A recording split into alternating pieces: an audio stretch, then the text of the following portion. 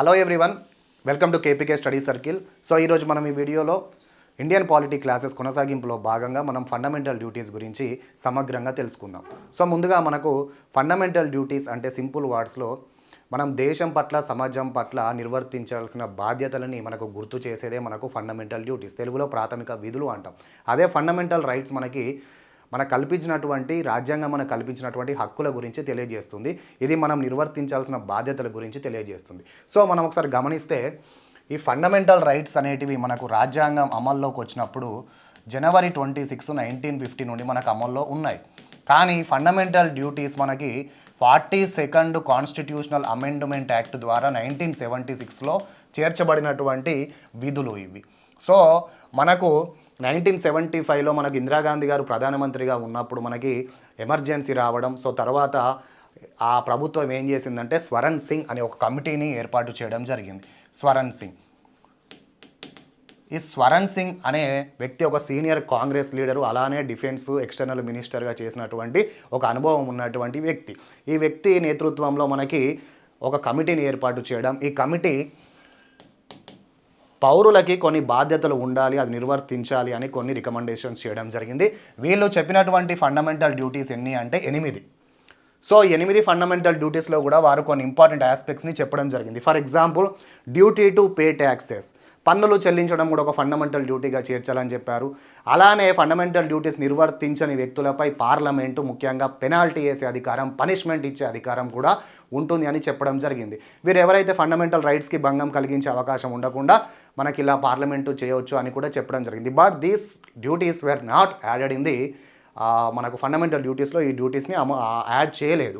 So ఫైనల్గా ప్రభుత్వం ఏం చేసిందంటే మనకు 42nd కాన్స్టిట్యూషనల్ అమెండ్మెంట్ యాక్ట్ ద్వారా 1976లో మనకి 10 ఫండమెంటల్ డ్యూటీస్ని యాడ్ చేయడం జరిగింది. సో తర్వాత మనకి మళ్ళీ 86th కాన్స్టిట్యూషనల్ అమెండ్మెంట్ యాక్ట్ ద్వారా 2002లో మరొక డ్యూటీని చేర్చడం జరిగింది. రైట్ టు ఎడ్యుకేషన్, మనకి from the age of 6 to 14 years compulsory free and compulsory education అని పెట్టడం జరిగింది. సో ఫైనల్గా మనకు 11 ఫండమెంటల్ డ్యూటీస్ మన రాజ్యాంగంలో పొందుపరచడం జరిగింది. సో మరి ఈ ఫండమెంటల్ రైట్స్నేమో మనము యుఎస్ఎన్ బిల్ ఆఫ్ రైట్స్ నుంచి తీసుకోవడం జరిగింది. తర్వాత ఈ fundamental duties former Soviet union నుంచి మనము స్వీకరించడం జరిగింది. అలానే article 29 universal declaration of human rights. So these are some of the important inspiration మనకు ఫండమెంటల్ డ్యూటీస్ పెట్టడానికి మన రాజ్యాంగ అప్పుడు ఉన్నటువంటి స్వరణ్ సింగ్ కమిటీ కూడా సిఫార్సు చేసినటువంటి అంశాలు మనకి ముఖ్యంగా ఈ యుఎస్ఎస్ఆర్ దేశం నుండి, అలానే article 21 universal declaration of human rights అనే ఇంపార్టెంట్ ఆస్పెక్ట్స్ నుంచి తీసుకోవడం జరిగింది. సో మరి ఇవి ఫండమెంటల్ రైట్స్ మనము జస్టిషియబుల్ అంటాం, ఎన్ఫోర్సబుల్ అంటాం. కానీ ఈ ఫండమెంటల్ డ్యూటీస్ అనేది నాన్ జస్టిషియబుల్. అంటే ఫండమెంటల్ రైట్స్కి, మన ప్రాథమిక హక్కులకి భంగం కలిగినప్పుడు ఆ వ్యక్తి డైరెక్ట్గా కోర్ట్స్ని అప్రోచ్ చేసే అధికారం మనకు ఉంటుంది, సుప్రీంకోర్టు అయినా హైకోర్టు అయినా. బట్ ఫండమెంటల్ డ్యూటీస్కి అటువంటి అంశాలు చేర్చలేదు. దీన్ని క్రిటిక్స్ కూడా క్రిటిసైజ్ చేయడం జరిగింది. సో కాలక్రమేణా మనకు తర్వాత ఈ ఫండమెంటల్ డ్యూటీస్ని స్టడీ చేయడానికి ఎలా అమలు చేయాలి అనే ఒక అంశం మీద మనకు జేఎస్ వర్మ కమిటీని కూడా ఏర్పాటు చేయడం జరిగింది. సో ఈ జేఎస్ వర్మ కమిటీ కూడా మనకు కొన్ని ఇంపార్టెంట్ రికమెండేషన్స్ కూడా ఇవ్వడం జరిగింది. సో ముఖ్యంగా ఒకసారి మనం గమనిస్తే ఈ జేఎస్ వర్మ కమిటీని మనకు 1998లో అప్పుడు ఉన్నటువంటి ప్రధానమంత్రి అయినటువంటి వాజ్పేయి గారు మనకు ఏర్పాటు చేయడం జరిగింది. సో వీరు 1999లో వీరు రిపోర్ట్ ఇవ్వడం జరిగింది. సో వీళ్ళు చెప్పినటువంటి కొన్ని కీలకమైన అంశాలు ఏంటంటే, ముందుగా ఈ ఫండమెంటల్ డ్యూటీస్ పట్ల ప్రజలకు అవగాహన పెంపొందించాలి. సో వీటిని అవగాహన పెంపొందించే భాగంలో ప్రతి ఒక్కరి బాధ్యత ఖచ్చితంగా ఉంటుంది అని చెప్పారు. సో ముఖ్యంగా విద్యా వ్యవస్థ నుండి, అంటే ప్రాథమిక స్థాయి విద్యా లెవెల్ నుంచి తర్వాత ఉన్నత స్థాయి విద్యలో కూడా ఫండమెంటల్ డ్యూటీస్ని ఖచ్చితంగా విద్యార్థులకు బోధించాలి, అంటే త్రూ ఎడ్యుకేషన్ అని చెప్పడం జరిగింది. సో తర్వాత పబ్లిక్ సర్వెంట్స్, ఈ పబ్లిక్ సర్వెంట్స్ ఖచ్చితంగా బాధ్యతతో మెలగాలి, హానెస్ట్గా ఉండాలి, ట్రాన్స్పరెన్సీగా ఉండాలి, అలానే అకౌంటబిలిటీతో ఉండాలి, అలానే ప్రజలకు ఒక ఇన్స్పిరేషన్గా ఉండాలి. సో అలానే ఫండమెంటల్ డ్యూటీస్కి అర్థం వచ్చే విధంగా వీరు బిహేవ్ చేయాలి అని వీరు కూడా చెప్పడం జరిగింది. సో తర్వాత మనము సర్పంచ్ స్థాయి నుండి అలానే ప్రజాప్రతినిధి, ఉన్నత స్థాయి ప్రజాప్రతినిధి వరకు ప్రతి ఒక్కరూ ప్రజలకు ఇన్స్పిరేషన్గా ఉంటూ ఫండమెంటల్ డ్యూటీస్ యొక్క అర్థాన్ని చెప్పే విధంగా, అలానే వాటిని అమలు చేసే విధంగా, అలానే దానికి ఒక వాల్యూ వచ్చే విధంగా వీరు బిహేవ్ చేయాలి. అప్పుడే ప్రజలకు దీని మీద అవగాహన కలుగుతుంది. దీనితో పాటు డిస్కషన్స్ చేయాలి, డిబేట్స్ చేయాలి, సామాజిక బాధ్యత పెంపొందించాలి. ఇటువంటి కొన్ని కీలకమైన అంశాలని మనకు జేఎస్ వర్మ కమిటీ రికమెండ్ చేయడం జరిగింది. సో అలానే దీనితో పాటు మనకి ఇంకొక క్వశ్చన్ వచ్చింది. ఎందుకంటే ఫండమెంటల్ రైట్స్ ఏమో ఇవి హక్కులకు భంగం వాటిల్లినప్పుడు మనకు సుప్రీంకోర్టు హైకోర్టుకి వెళ్ళే అవకాశం ఉంటుంది. కాబట్టి అలానే ఫండమెంటల్ డ్యూటీస్ మనం ఏం పాటించకున్నా మనకు ఎటువంటి ఏమవ్వదు అనే ఉద్దేశంతో ప్రజలు ఉంటారు. కానీ దీన్ని నిర్వర్తించే భాగంలో మనకు దీనికి అర్థం వచ్చే విధంగా మనకు ఇందులో ఈ ఉన్నటువంటి ఫండమెంటల్ డ్యూటీస్లోనే మనకు కొన్ని చట్టాలని ప్రభుత్వాలు చేయడం జరిగింది దానికి అర్థం వచ్చే విధంగా. ఫర్ ఎగ్జాంపుల్ మనం గమనిస్తే ఈ ఫండమెంటల్ డ్యూటీస్ 11 ఉంటాయండి. ఫర్ ఎగ్జాంపుల్ మన దేశానికి సేవ చేయడం, సమాజం పట్ల బాధ్యత ఉండడం, యుద్ధాలు వచ్చినప్పుడు లేకపోతే దేశానికి అవసరం వచ్చినప్పుడు మనం రెడీగా ఉండడం, ఎన్విరాన్మెంట్ని ప్రొటెక్ట్ చేయడం. సో ఇటువంటి కొన్ని కీలకమైన అంశాలని చేర్చడం జరిగింది. వీటికి మీనింగ్ రావాలంటే ప్రభుత్వాలు దీనికి ఆల్రెడీ కొన్ని ఇంపార్టెంట్ చట్టాలు చేసి ఆ చట్టాల రూపంలో మనకు ఫండమెంటల్ డ్యూటీస్లో మెన్షన్ చేసినటువంటి కొన్ని కీలకమైన అంశాలని ప్రభుత్వం కూడా చొరవ తీసుకొని అమలు చేయడం జరిగింది. ఫర్ ఎగ్జాంపుల్ మనం చూస్తే మనకు prevention of insults to national honour act అని మనం 1971లో మనం చట్టం చేసుకోవడం జరిగింది. ఇది కాన్స్టిట్యూషన్ని మనం గౌరవించడం, అలానే నేషనల్ అంథమ్ని గౌరవించడం, అలానే నేషనల్ ఫ్లాగ్ని గౌరవించడం, ఇటీవల మనకి మన నేషనల్ సాంగ్ అయినటువంటి వందే మాతరంకి కూడా వర్తించే విధంగా దీన్ని ఒక చిన్న సవరణ చేసి పార్లమెంట్లో మనకు బిల్లును కూడా పెట్టడం జరిగింది. సో ఇది మనకు రాజ్యాంగంలో కల్పించినటువంటి ఫండమెంటల్ డ్యూటీస్లో ఒక అర్థం వచ్చే విధంగా మనకి చట్టం కూడా చేయడం జరిగింది. సో తర్వాత వైల్డ్ లైఫ్ ప్రొటెక్షన్ యాక్ట్ 1972లో యాక్ట్ చేయడం జరిగింది. సో అలానే మనకు చూస్తే ఫారెస్ట్ కన్జర్వేషన్ యాక్ట్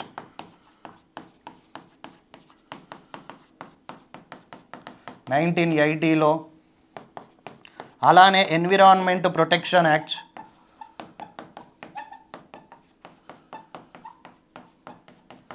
1986లో.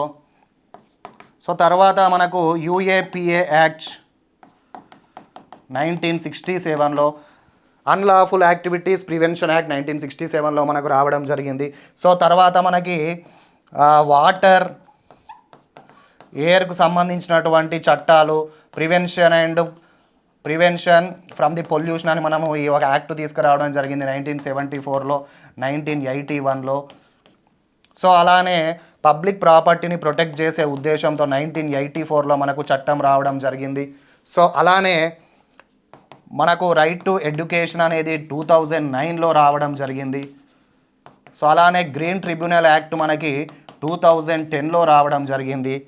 సో ఈ అనేక చట్టాలు మనకు ఫండమెంటల్ డ్యూటీస్లో మెన్షన్ చేసినటువంటి డ్యూటీస్కి ఒక అర్థం వచ్చే విధంగా మనకు ఆల్రెడీ పార్లమెంట్ క్లియర్గా కొన్ని ఇంపార్టెంట్ చట్టాలు చేయడం జరిగింది. సో ఇవి కేవలం డ్యూటీస్ మాత్రమే కాకుండా దీనికి ఆల్రెడీ చట్టాల రూపంలో మనకు అమల్లో ఉన్నాయి. సో ఖచ్చితంగా మనకి ఇంపార్టెంట్ చట్టాలు ఇంకా చాలా ఉన్నాయి. సో ఫర్ ఎగ్జాంపుల్ కొన్ని చట్టాలను మనము మెన్షన్ చేయడం జరిగింది. నెక్స్ట్ అసలు ఫండమెంటల్ డ్యూటీస్ 11 ఏంటని ఒకసారి మనం గమనిద్దామండి.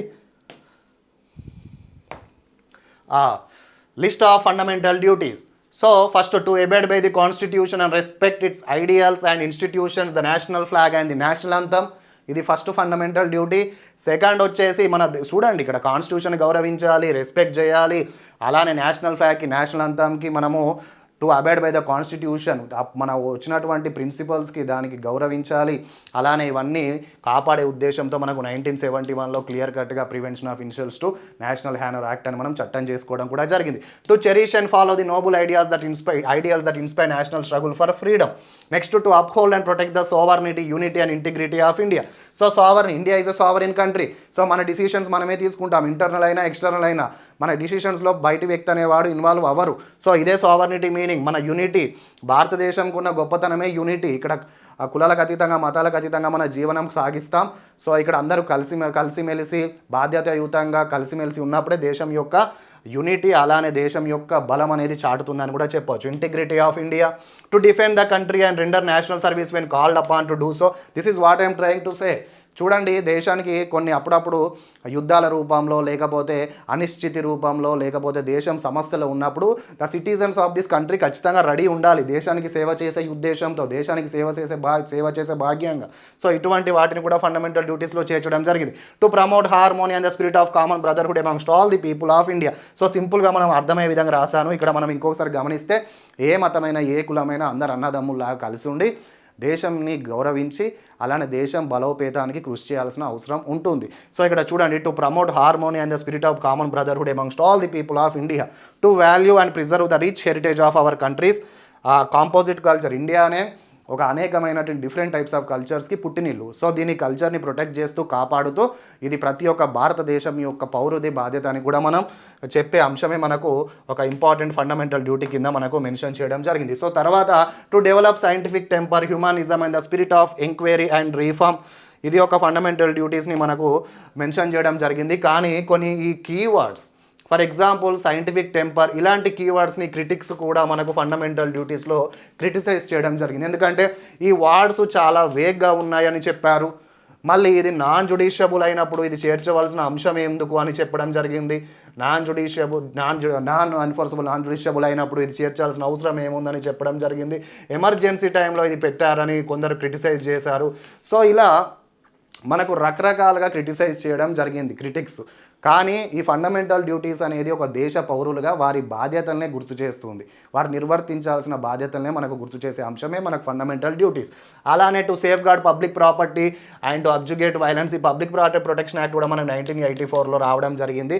దీనికి కూడా అర్థం వచ్చే విధంగా మనం చట్టం చేసుకున్నాం. To strive towards excellence in the spheres of individual and collective activity, to provide opportunities for education to her child and what between the age of 6 and 14 years, the 86th Constitutional Amendment Act 2002. So ఇదే అండి మనకి 11th fundamental duty which was added in the year 2002.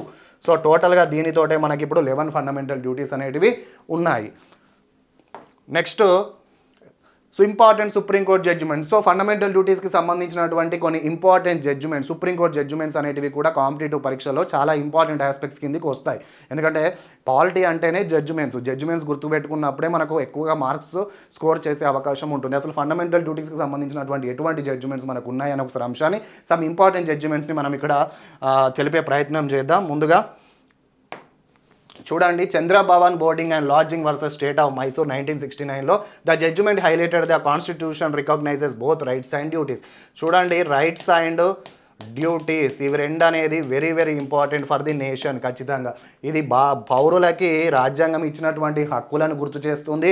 అలానే duties అనేటి భారతదేశ పౌరులు నిర్వర్తించాల్సిన బాధ్యతల విధుల గురించి చెప్పడం జరుగుతుంది. సో ఈ ఖచ్చితంగా దీని యొక్క ఇంపార్టెన్స్, దీని యొక్క హైలైట్ చేయడం మనకు ఈ Chandrabhavan boarding and lodging versus state of మైసూర్లో మనకు సుప్రీంకోర్టు ఇచ్చినటువంటి జడ్జిమెంట్.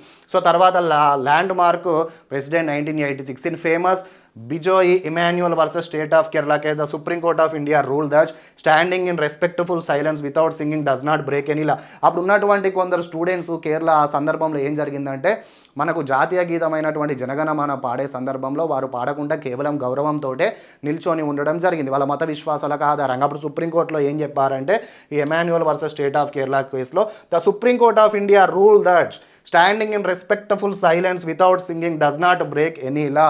సో ఇది మనకు క్లియర్ కట్గా సుప్రీంకోర్టు అనేది మనకు స్పష్టం చేయడం జరిగింది. సో తర్వాత ఎంసీ మెహతా వర్సెస్ కమల్నాథ్ 2000లో మరి ఇంకొక ఫండమెంటల్ డ్యూటీకి సంబంధించినటువంటి ఒక జడ్జిమెంట్ మనకు రావడం జరిగింది. The court acknowledged the importance of protecting environment as one of fundamental duties uphill responsibility of the citizens to contribute its preservation. Duty to protect and improve the environment, Article 51A of the Indian Constitution makes it the responsibility of every citizen to protect and improve the natural environment including forests, lakes, rivers and wildlife. So ఎన్విరాన్మెంట్ని protect చేసే బాధ్యత ప్రతి పౌరునికి ఉండడంతో పాటు అలానే it is to improve the environment అని కూడా మనకు క్లియర్ కట్గా మనకు చెప్పడం జరిగింది. It is the responsibility of every citizen to protect and improve the natural environment including forest, lakes, rivers, wildlife. So ఈ క్లియర్ కట్గా మనకు ఇది ఎప్పుడు చెప్పారంటే ఎంసీ మేహతా వర్సెస్ కమల్నాథ్ 2000లో మనకు ఎన్విరాన్మెంట్ యొక్క ఇంపార్టెన్స్ని హైలైట్ చేస్తూ సుప్రీంకోర్టు ఇచ్చినటువంటి one of the important judgments about the fundamental duty, one of the fundamental duty protecting the environment గురించి మనకు 2000లో ఇచ్చినటువంటి జడ్జిమెంట్ ఇది. సో తర్వాత AIIMS students union versus AIIMS 2001. Next చూస్తే it was held by the Supreme Court that fundamental duties are as important as fundamental rights. Fundamental duties అనేటివి ఎంత ఇంపార్టెంటో ఫండమెంటల్ రైట్స్ కూడా అంతే ఇంపార్టెంట్ అని ఫండమెంటల్ రైట్స్ అండ్ ఫండమెంటల్ డ్యూటీస్కి మనకు same rights అంటే సేమ్ ఇంపార్టెన్స్ గురించి చెప్పడం జరిగింది మనకు ఈ case. Through fundamental duties are not enforceable as fundamental rights, they cannot be ignored as duties in part 4A. So fundamental rights justiciable, enforceable అవుతాయి, కానీ fundamental duties they are not enforceable and non justiciable. దీని మాత్రాన ఈ fundamental rights, ఈ fundamental డ్యూటీస్ని ignore చేసే బాధ్యత ఉండొద్దు అని చెప్పడం జరిగింది. తర్వాత they are preceded by the same term fundamental which was prefixed by the fundamental fathers of the constitution, founding fathers of the constitution right in part 3 అని మనకు ఈ జడ్జిమెంట్ ద్వారా స్పష్టం చేయడం జరిగింది. రంగనాథ్ మిశ్రా కమిషన్ కేస్ 2003లో the supreme court instructed the centre to implement suggestions of the justice JS Verma committee regarding spreading information on fundamental duties. నేను చెప్పాను మనకు క్లియర్ కట్గా 1998లో ఈ వర్మా కమిటీని ఎస్టాబ్లిష్ చేయడం, 1999లో మనకు వీళ్ళు సబ్మిట్ చేయడం ప్రభుత్వానికి. సో సబ్మిట్ చేసినటువంటి సందర్భంలో మనకు ఫండమెంటల్ డ్యూటీస్కి సంబంధించినటువంటి అంశంలో ప్రజలకు, విద్యార్థులకి ఎలా అయితే ఈ ఫండమెంటల్ డ్యూటీస్ యొక్క గొప్పతనాన్ని వివరించి అమలు చేసే బాధ్యతల్ని అటు టీచర్స్ రూపంలో కూడా మనకు చెప్పడం జరిగింది. Teachers are the main important persons to teach about the fundamental duties for the students. అలానే గవర్నమెంట్ సర్వెంట్స్ ప్రజలకి, అలానే ప్రజాప్రతినిధులు ప్రజలకి. సో ఇటువంటి అంశాలను కూడా మనకు క్లియర్ కట్గా రంగనాథ్ మిశ్రా కమిషన్ మనకు ఫండమెంటల్ డ్యూటీస్ యొక్క ఇంపార్టెన్స్ని, ఆస్పెక్ట్స్ని మనకు చెప్పడం జరిగింది. సో తర్వాత Javed versus state of Haryana 2003. The apex court stressed that fundamental duties are equally important as fundamental rights and must respected for development of society. The judgment highlighted that fundamental rights must be interpreted along with the directive principles of state policy and fundamental duties. చూస్తే ఒకసారి మనం ఇక్కడ గమనిస్తే ఈ fundamental rights అనేటివి, fundamental duties అనేటివి, directive principles of state policy అనేవి మన రాజ్యాంగంలోనే మోస్ట్ ఇంపార్టెంట్ టాపిక్స్. ఎందుకంటే ఈ ఫండమెంటల్ రైట్స్ ఏమో సిటిజన్స్కి హక్కుల గురించి మాట్లాడుతుంది, ఫండమెంటల్ డ్యూటీస్ ఏమో మనకు పౌరుల యొక్క బాధ్యతలను నిర్వర్తించే బాధ్యతను గుర్తు చేస్తుంది. Directive principles of state policy ఏమో స్టేట్ యొక్క బాధ్యతల్ని మనకు చెప్పడం జరుగుతుంది. సో ఇది చూస్తే the judgment highlighted that fundamental rights must be interpreted along with the directive principles of state policy and fundamental duties అని మనకు క్లియర్ కట్గా మనకు జావేద్ వర్సెస్ స్టేట్ ఆఫ్ హర్యానాలో మనకు 2003లో మనకు ఈ జడ్జిమెంట్ ఇవ్వడం జరిగింది. సో తర్వాత in Shriramlila Maidan incident versus state home secretary 2012లో మనకు ఇంపార్టెంట్ ఆస్పెక్ట్ రావడం జరిగింది. ఇంకొక కోర్ట్ జడ్జిమెంట్.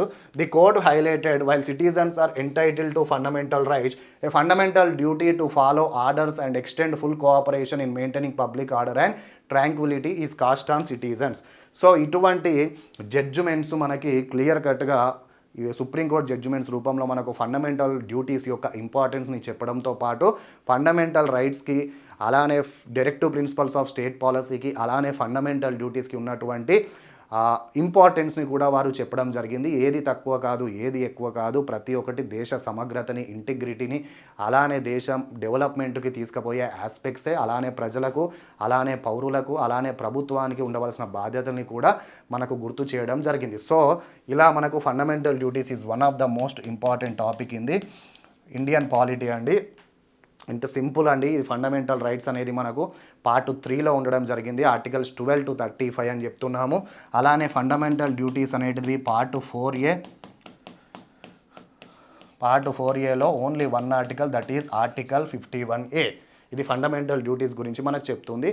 సో తర్వాత మనకు 8 ఫండమెంటల్ డ్యూటీస్ మెన్షన్ చేయడం జరిగిందని మనం చెప్పాము. Right to pay taxes add చేశారు. సో ఇటువంటి అంశాలను కూడా మనకు చెప్పడం జరిగింది. So these are the important aspects అండి. So thank you friends, thank you for watching about the video on fundamental duties. Thank you.